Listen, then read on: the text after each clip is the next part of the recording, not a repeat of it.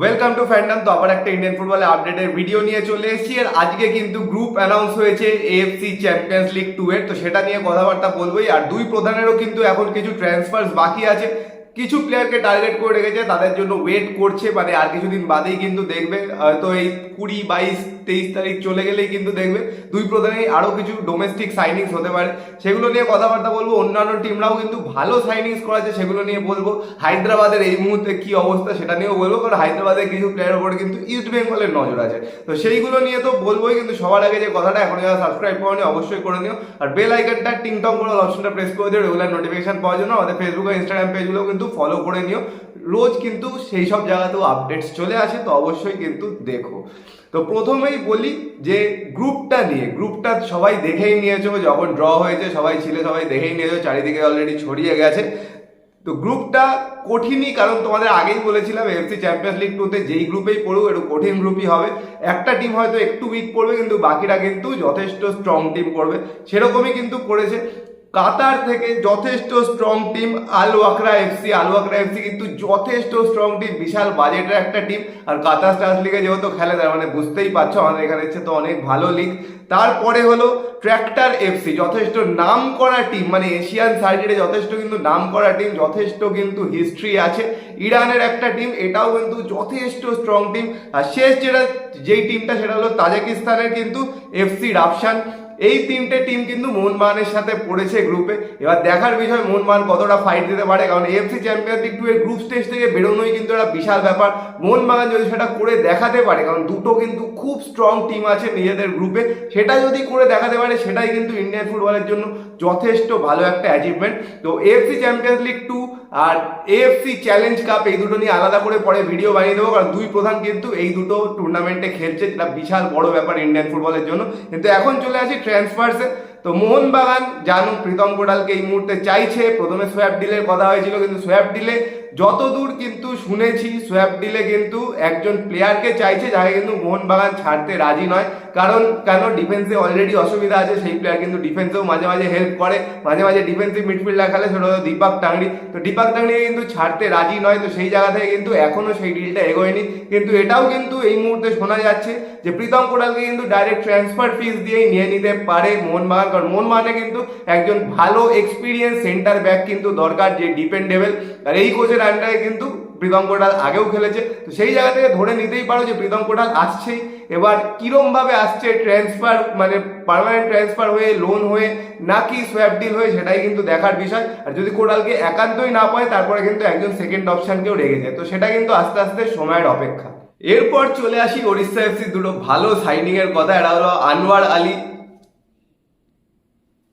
এরপর চলে আসি ওড়িশা এফসির দুটো ভালো সাইনিং এর কথা। ওড়িশা এফসি কিন্তু কেউ নজর দিচ্ছে না হয়তো সেরকম ভাবে ওড়িশা এফসির ওপর, কিন্তু আলাদাই কিন্তু টিম বানিয়ে নিয়েছে অলরেডি। বিদেশিরা একদম কম্প্যাক্ট টিম, লোবেরা যেরকম টিম চায়, লোবেরা কিন্তু সেরকম টিম পুরো বানিয়ে নিয়েছে, একদম স্টার প্যাকড বিদেশি। তার সাথে সেভিয়ার গামার মতো প্লেয়ারকে কিন্তু নিয়ে নিয়েছে, যে খুব ভালো একজন ডিপেন্ডেবল সাইড ব্যাক, তাকে কিন্তু নিয়ে নিয়েছে সেভিয়ার গামা। তার সাথে কিন্তু রহিম আলীকেও নিয়ে নিয়েছে। রহিম আলীর পারফরমেন্স হয়তো খুব একটা ভালো না, কিন্তু এই কোচের আন্ডারে, লোবের আন্ডারে কিন্তু পারফরমেন্স ভালো হতেই পারে। তো ট্রান্সফার উইন্ডোতে হয়তো সবাই ইস্ট বেঙ্গলের দিকে তাকিয়ে আছে, কিন্তু এই ট্রান্সফার উইন্ডোতে কিন্তু ওড়িশাও পুরো আগুন লাগিয়ে দিয়েছে। এই সিজনে কিন্তু ওড়িশার দিকে তাকিয়ে থাকতে হবে। তো এইবার চলে আসি ইস্ট বেঙ্গলের ট্রান্সফার নিউজে। ইস্ট বেঙ্গল জানো অলরেডি কিন্তু এফসি চ্যাম্পিয়ন লিগের 2 তে কোয়ালিফাই করতে পারেনি, 3-2 হেরে গেছে। তো যেটা প্রথম দিন থেকে বলছি, ডিফেন্স কিন্তু এখনো উইক। হ্যাঁ, আনোয়ার এসছে, আনোয়ার এসে কিন্তু জয়েন করে নিয়েছে অলরেডি প্র্যাকটিস, তো হয়তো ডার্বিতে আনোয়ারকে দেখা যাবে।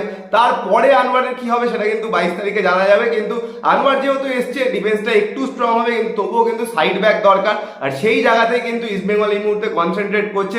এখনো কিন্তু কিছু প্লেয়ারের পিছনে আছে, রাওরেন রোশন সিং জানো একজন, কিন্তু রাওরেন রোশন সিং এর জন্য কিন্তু টাকা খরচা করতে হবে, কারণ ওকে পার্মানেন্ট ডিল দিতে হবে। আর সবচেয়ে বড় কথা, বেঙ্গালুরুকে কিন্তু ট্রান্সফার ফিস দিতে হবে।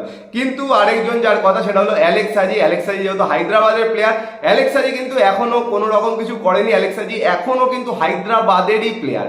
আর তোমরা নতুন যে জিনিসগুলো ডেভেলপ হয়েছে সেটা অলরেডি শুনে নিয়েছো। হায়দ্রাবাদ কিন্তু একজন নতুন স্পন্সর পেয়েছে, বিসি জিন্দাল গ্রুপ।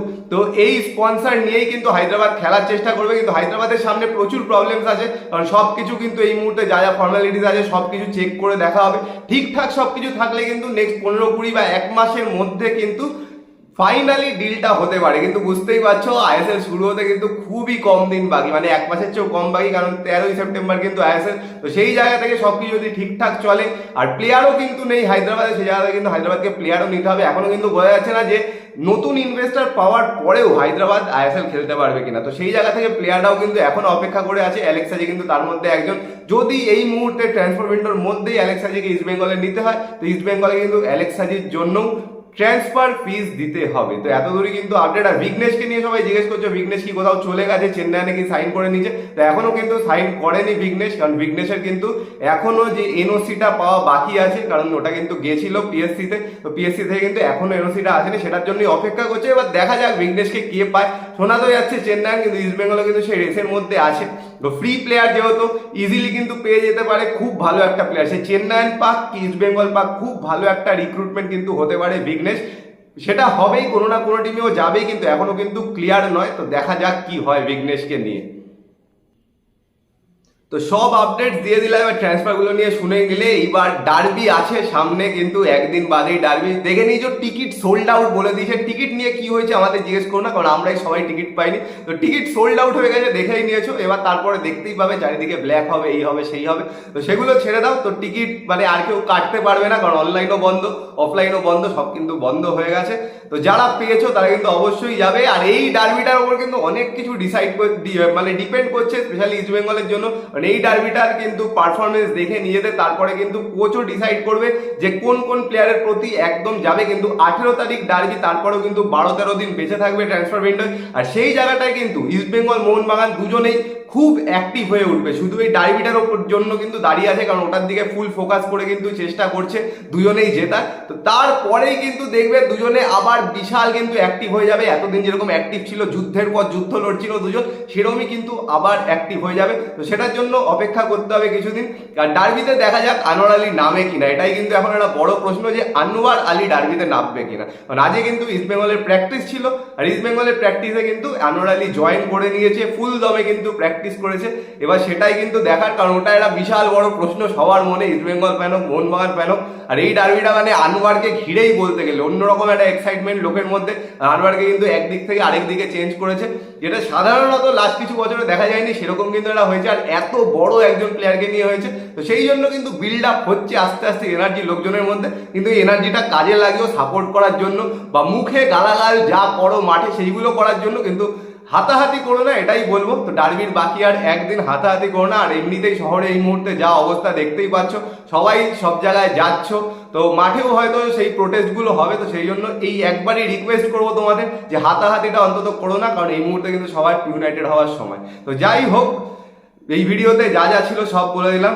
আর তোমাদের কোনো বক্তব্য থাকলে কমেন্ট বক্সে কমেন্ট করে জানিও। আর ভিডিওটা পছন্দ হলে লাইক করে দিও, শেয়ার করে দিও, আর চ্যানেলটা অবশ্যই সাবস্ক্রাইব করে দিও, বেল আইকনটা টিং টং করে দাও। আর ফেসবুক আর ইনস্টাগ্রাম পেজগুলো ফলো করে নাও। তো চলো এখনের জন্য টাটা।